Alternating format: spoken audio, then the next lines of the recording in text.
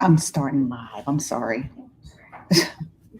Good morning, good morning, Good good morning. morning. Welcome to Money and Mindset with Dr. Stephanie Ardrey, known as Dr. Money, and Dr. Thyonne Gordon, Story Genius. Hey, TG, how are you today? Good morning. I'm doing good, but I understand you're not doing so well. I feel like Charlie's Angel, or maybe I'm Charlie today, hiding behind the image. Exactly, exactly. And I'm sitting here like, where is this light coming from that's kind of getting me? I'm going to see if I can change it a bit. Um, but we'll see in a second. I don't know if that was it. It was. All right. Okay. Yeah, yeah. I am so sorry you're not feeling good. Oh my goodness, it's amazing. I was doing we've got this challenge leading up to Limitless for Women, which is the speaking event that I'm doing this week. So it was Sterling's great idea that we were believing for 50 people to register into my training program. So we started doing 50 different exercises. So the first day he Oh, had me do 50 crunches and 50 jumping jacks. Then I did 50 squats and 50 lunges. Then another day, I did my plank for 50 seconds and the Superman pose. I think that Superman pose got me because, oh yeah, Superman can get you. That's a good stretch though. yeah, Now, I don't know why you went to 50 when we were with Butch, we stayed at 15. 15, 50, different numbers. You got to exactly. start Listen to slow. these young folks, right? Young folks Yeah, will have you hurt. Sterling, Sterling's like a little Superman himself. He's trying to get you to be Superwoman. Let him know, Uh, this I'm mommy. I'm mommy. We go down a notch. right, right, exactly. Well, I'm paying for it. So, it's one of those things. Well, feel better. I hope you feel better and take care of yourself. Just try to relax it a bit, And I was dealing with this bursitis this week. That's been the main thing is I really needed to relax the bursar joint muscle. It's the padding that's over top of the joints and it's all inflamed. Oh, And wow. in order to get rid of the inflammation, you really have to relax. You've got to calm yourself down and do some cold presses and things. I've got some ice packs in here I've been using. Um, and just relax. Try to take an Advil or an Aleve to try to get the inflammation down and the pain to stop, but relax. Yeah, those things. Relax, huh? We didn't talk about relaxing, but we are talking You about haven't. in mindset, right? And so it's We're definitely hanging on to that mindset in moments like this, and finding something that gives you strength, to push forward. And I think that mindset sometimes can get me in trouble because I do have a reasonably high threshold for pain that I won't honor the pain until it knocks me on my butt. So it's like, exactly. okay, listen to that body beforehand so that you don't have to wait until that outcome.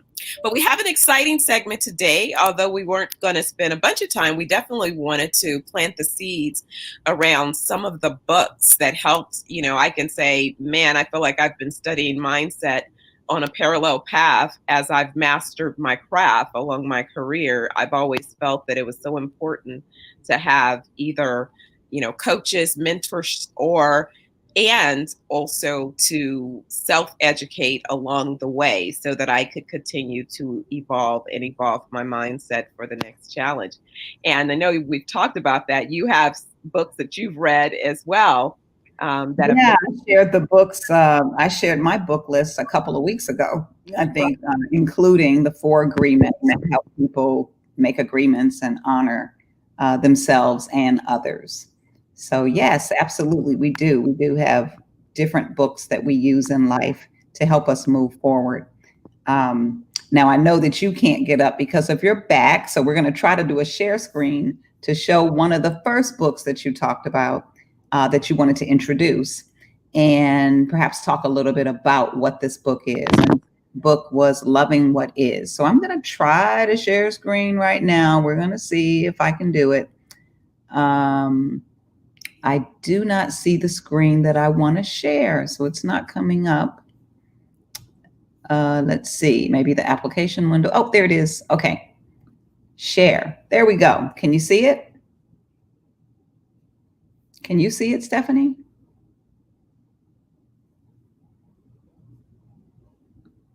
Can you hear me? I hear you. Oh, I perfect.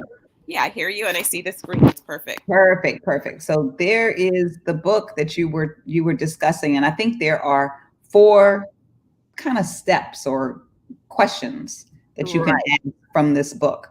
You right. want to share a little bit about why this book is important to you, Loving What Is by Byron Katie. Yeah, it's interesting. I ran across this book.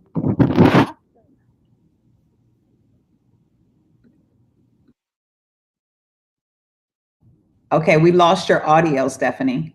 Okay, let's see. Okay, there we go. We're back. Okay. So it was following my divorce, and I was in the process of going through just reflecting while dealing with the divorce proceedings. And it was interesting. A friend of mine had gone through divorce, and he recommended that I use a mediator as opposed to the attorneys. And the mediation was aimed at getting us to a resolution faster and hopefully minimizing, the carnage that can happen, transpire through the process of divorce. What I got from this Byron Katie book was that there was a mindset shift, right? So sometimes when we go through experiences, we have one or two inclinations.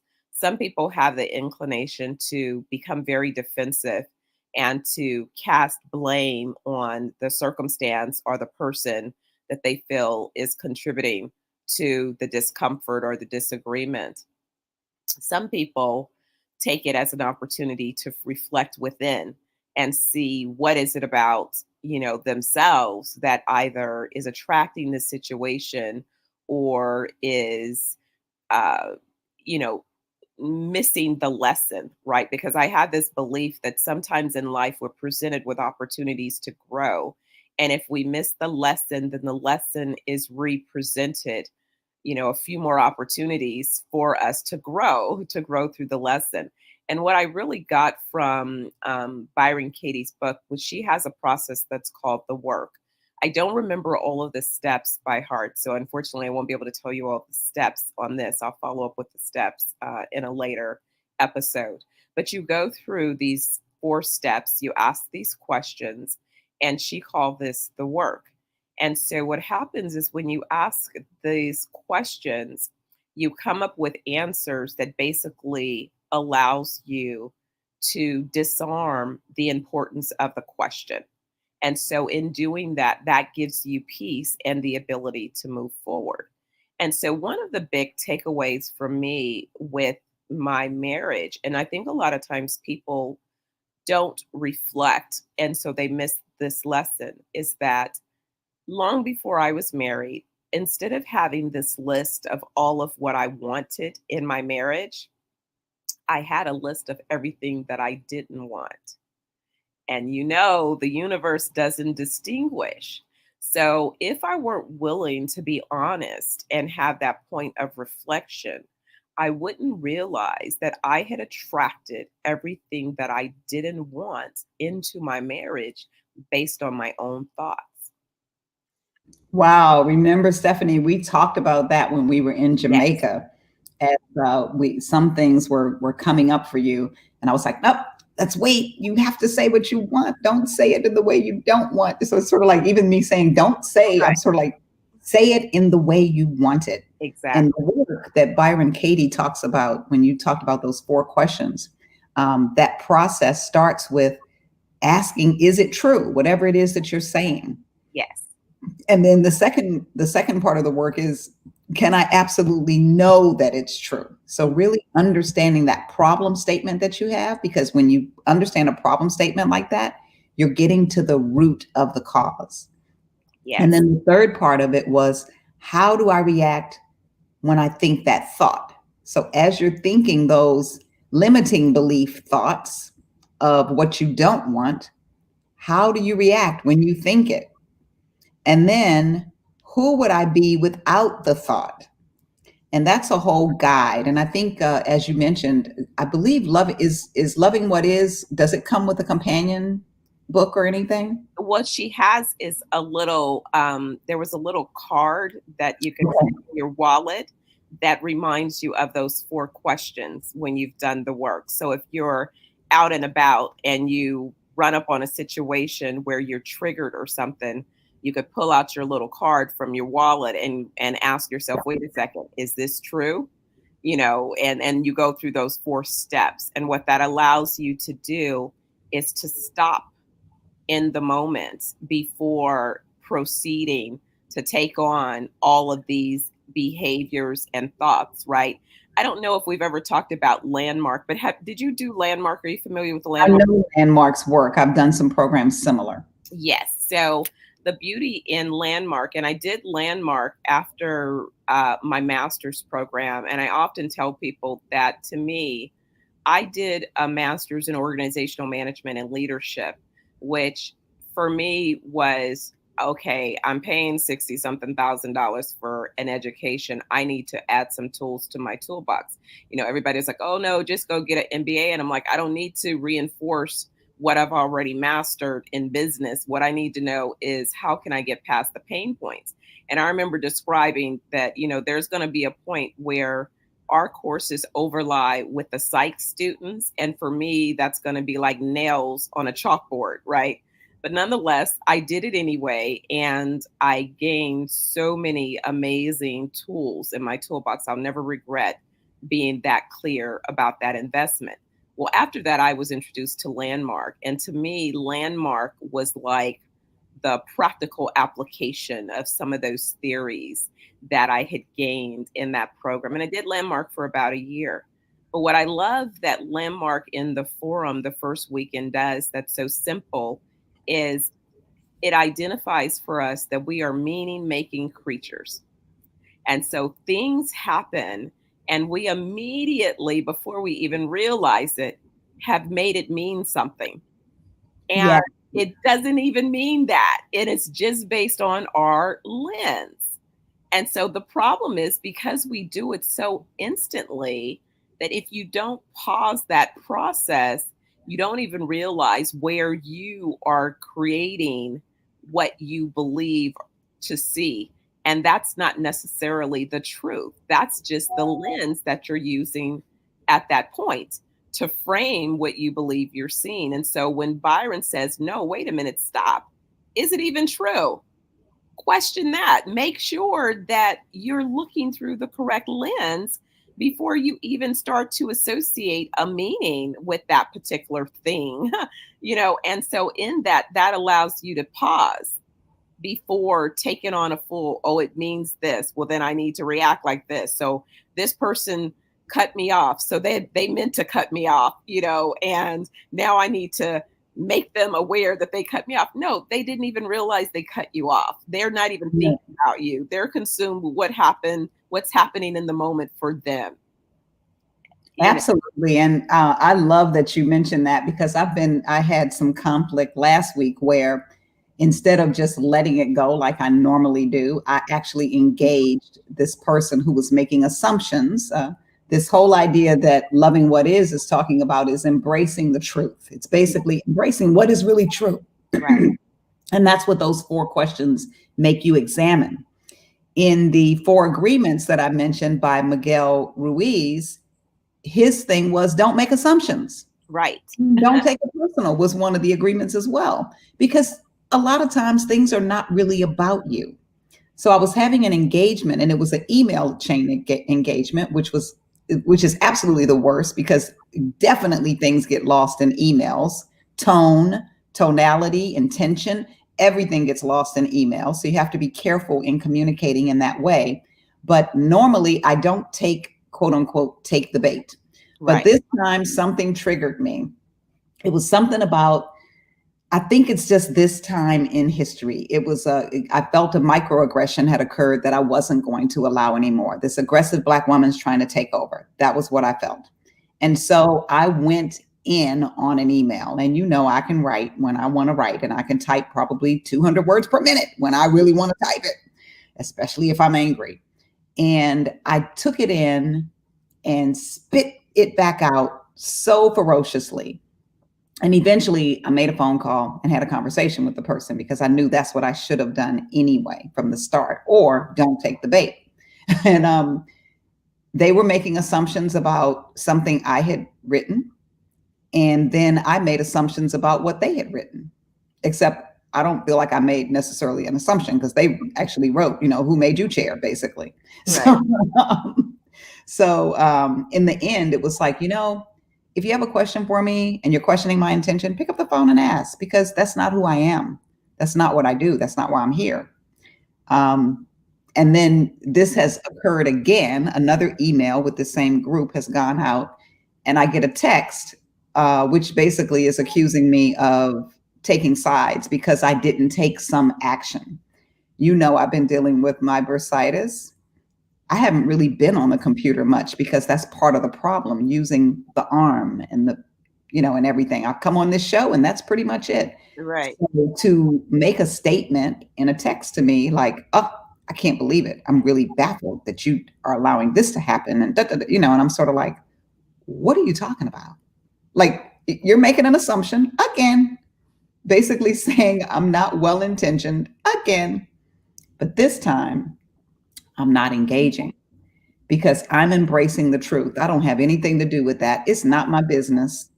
And that's one of the other concepts that Byron Katie talks about is mind your own business. That's true. And so that's what I do now. I'm minding my business. It's not my business to mind. I don't have to take the bait. I don't have to respond at all. I don't have to engage in proving that my intentions are good. I know my intentions. And should someone want to have a conversation, they can. I'm not the text generation.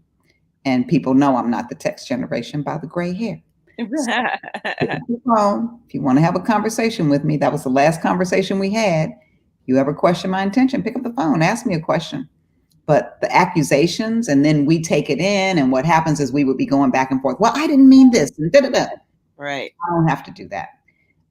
It's not my business. All of that messy stuff is not my business. So thank you for introducing Loving What Is. That is a wonderful book. I'm going to stop the screen share on it. You want to say anything else about it before I bring up the next one? No, I think that's just a great one, for people, if it is that you want to think about and take a self-assessment and also be able to assess potential conversations or things that might trigger you.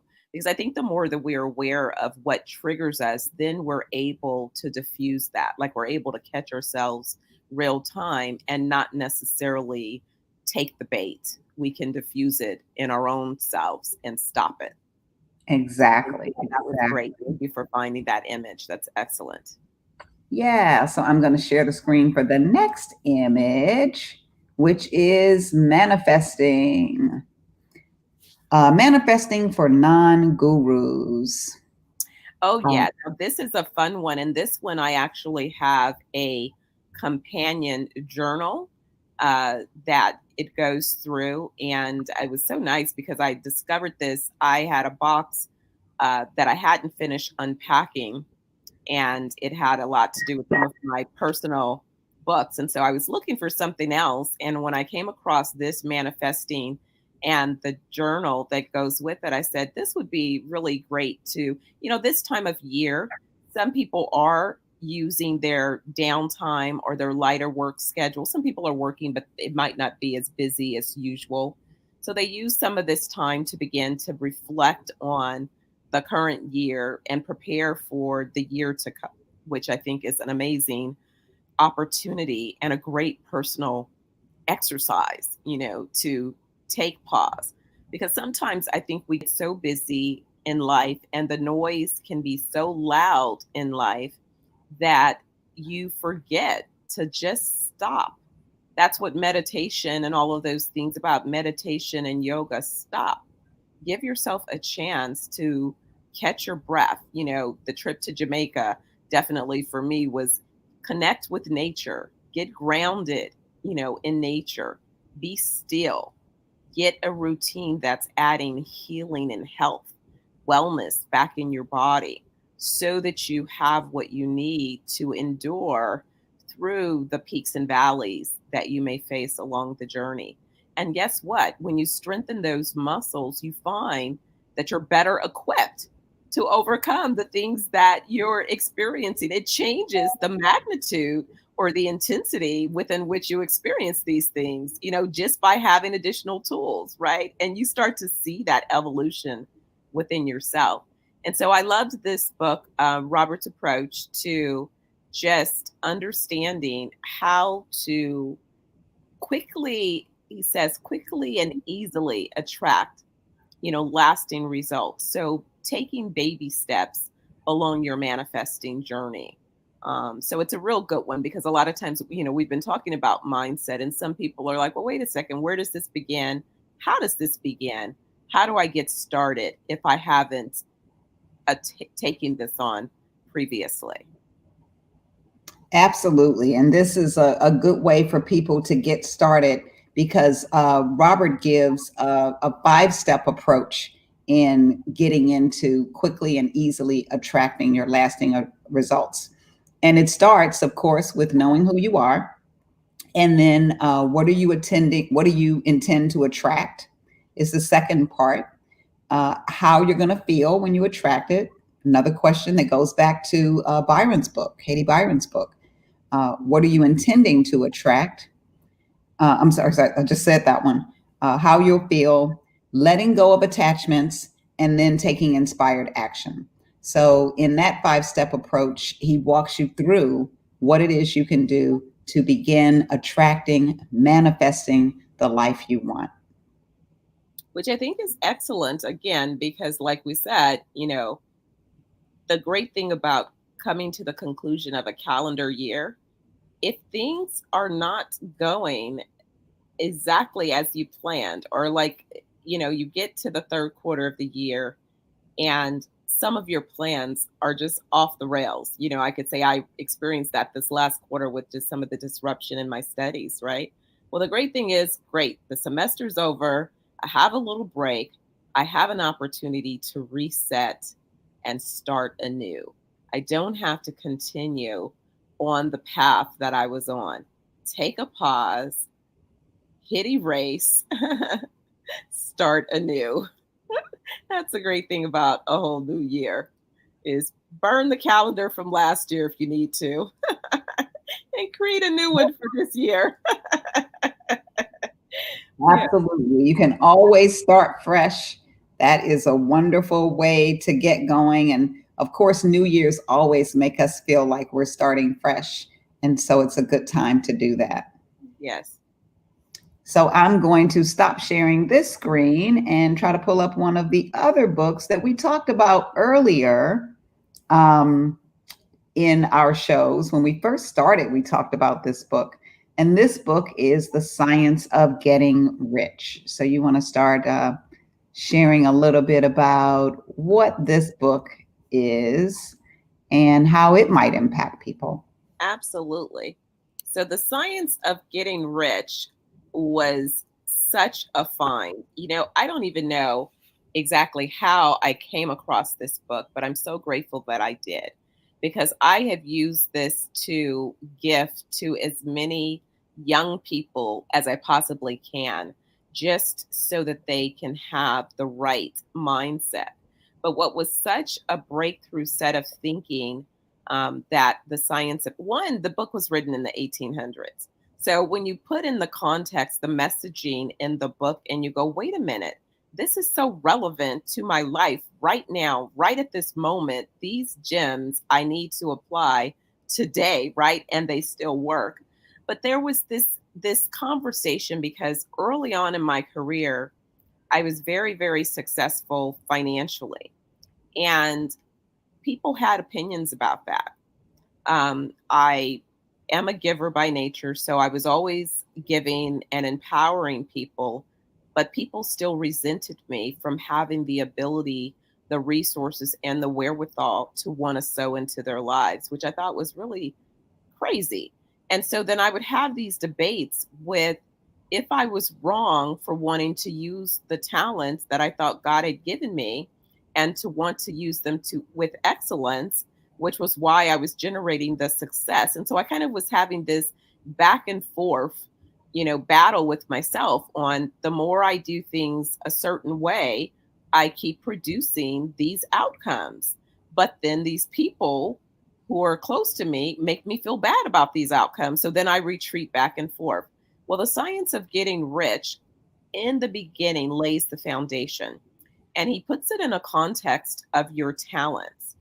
And he quickly admonishes you that you are given specific talents that you are absolutely charged with fully using and developing. And the fact that in order for you to fully develop them, you need the resources, because even though you may have raw talents, they need to be cultivated. And oftentimes, in order to cultivate those talents, you need additional training, you might need coaching, you might need mentoring, you might need schooling, you need these different experiences, and those experiences require resources. So, how dare you not pursue the resources necessary for you to develop these God given talents? And so, once I really embraced and understood that, then I no longer had this back and forth debate about if I was approaching the talents, from the right perspective. And to me, the idea is if I'm delivering value and I'm able to deliver value for more people, then yes, it would make sense that I would have the rewards associated with delivering that value for those people, right? And that's what we're supposed to do. If you're delivering value, there's an exchange. There's an exchange of resources that happens in that process. And in that exchange, that allows you to have more resources. That allows the people that you're sewing into to have more resources, so that we're all taking steps forward and able to be more impactful with humanity. And that's really the big play. That's what these talents are about. It's not just about you. When we talk about Maslow's hierarchy, yes, you want to get your basic needs met, but as you continue up the continuum, it's about being fully actualized where you're contributing to humanity. And so to do anything less is what is actually slothful. And so that was major. Yeah, that is really a major point. And I was trying to think of what was one of the points that I really, really liked about this idea of the science of getting rich. But there's so much value in the science of getting rich that it's hard to pinpoint any one thing. But I thought I had one that was kind of written down, and I can't remember what it was. I know it goes back to, I have it here in my notes. It goes back to Byron Katie's book, in terms of embracing the truth.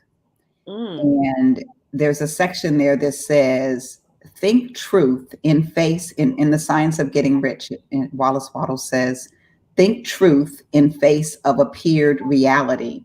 Hold truth of abundance, and there is no poverty. Poverty exists where people do not live in their truth. So when we get back to bringing these books together, there's so many messages that are interlocking. And when we weave these messages together, it makes it such that you can manifest this life, but it's all built on truth and loving yourself. There's another section where he says, the truth is the feeling you have bursting inside. It's the melody you want to play on a keyboard, but don't have the skills to do so. It's the picture you want to paint without the brush. It's the writing you want to pen, but lack the paper. In actuality, there is no lack.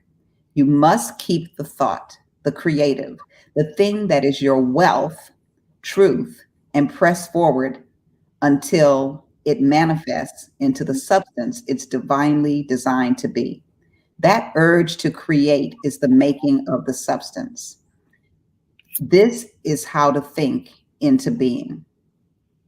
Oh, 1 second. That may not be what he said. That might be what I wrote after I read the book. But no, that's so powerful, because that's what sometimes people miss is, we're talking about this mindset. We're talking about taking these actions. We're talking about manifesting, right? But how do all of these things happen? Well, some of these things happen because you've planted the seed. That's why it's so important for you to take pause to reflect back on what some of the Absolutely. things are that you planned. Because if you've laid your plans right, there's a saying that, look, you don't have to keep getting up every day and begging God, I need you to do this. I need you to do this. No, if you've already prayed the prayer, then you're supposed to step into the knowing. Uh-oh. Oh, you okay? I'm okay. For some reason, it looks like something happened. Well, you're Maybe still live. Everything's good. Okay, perfect. All right. My screen just did a little disappearance, but it's a matter of recognizing that in the process of doing the planning and putting your thoughts down on paper, that you begin a process of the manifestation. It's like when you plant that seed in the soil, the seed planted in the soil, you don't go and dig up the soil to look at the seed to see if it's Right. taking root. You water it with faith and you trust that at the requisite point, the seed will begin to sprout through the soil. And I've been writing a lot this week, and so just bringing that back up, that was something I wanted in this book that I'm writing right now. So having brought this book back up, the book, The Science of Money, and then me saying, oh, where's that thing that I wanted to? There was a section that I really liked in there, which was about embracing the truth for the most part. And then that writing afterwards was what I wrote, and I was just like, "Ooh, this is really good writing. Wallace must have wrote this too." And then I saw it was like Dr. Thyonne. I'm like, "Oh no, I wrote that." Exactly. See, So you you're right. already were prepared. Yeah. That's how it grows. So Stephanie, I don't want to keep you too long because of your back, and of course our audience. So I'm going to close this out with a quote from another book that you may want to take a look at. The book is A Return to Love, and the author is Marianne Williamson. And one of the things that Marianne is quoted as saying, as she goes through this return to love, how you surrender yourself back to your truth, is our deepest fear is not that we are inadequate. Our deepest fear is that we are powerful beyond measure. It is our light, not our darkness, that most frightens us. We ask ourselves, who am I to be brilliant, gorgeous, talented, fabulous? Actually, who are you not to be? Who are you not to live in that truth? You are a child of God. Your playing small doesn't serve the world. There's nothing enlightened about shrinking so that other people won't feel insecure around you. We are all meant to shine as children do. We were born to make manifest the glory of God that is within us. It's not just in some of us, it's in everyone. And as we let our own light shine, we unconsciously give other people permission to do the same. As we're liberated from our own fear, our presence automatically liberates others. I want to leave you with that quote today from Marianne Williamson, and thank each of you for coming on to the show once again. You have Dr. Stephanie Ardrey, known as Dr. Money Live. You can visit us on her Facebook page, or me, Dr. Thyonne, your story genius, at Beyond Story on our Facebook pages. Or, of course, you can go to our websites, which are our names, Dr. Money Live and Beyond Story. Stephanie, if you would share one more time where we can find you with your conference that's coming up, and the date and the time and all of that. Oh, excellent. Yes. On Friday, I will be speaking for Limitless for Women, which is limitlessforwomen.com. I'll be speaking on Friday, and my topic is profit with an exclamation point. So I'm excited to talk about the profits, that should be present in the mindset to manifest in the business. And if you go to the site and register, be sure to put in Dr. Money, and you'll be entered in a special drawing that's going to take place. So that's going to be exciting. And the conference goes from December 11th through 13th. All right, from December 11th to the 13th. Yes. And that is limitlessforwomen.com. Yes.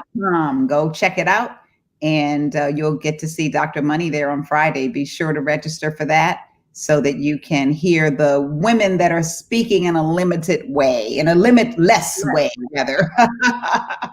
And we will see you again tomorrow, where we'll have a special guest. Who's our special guest tomorrow?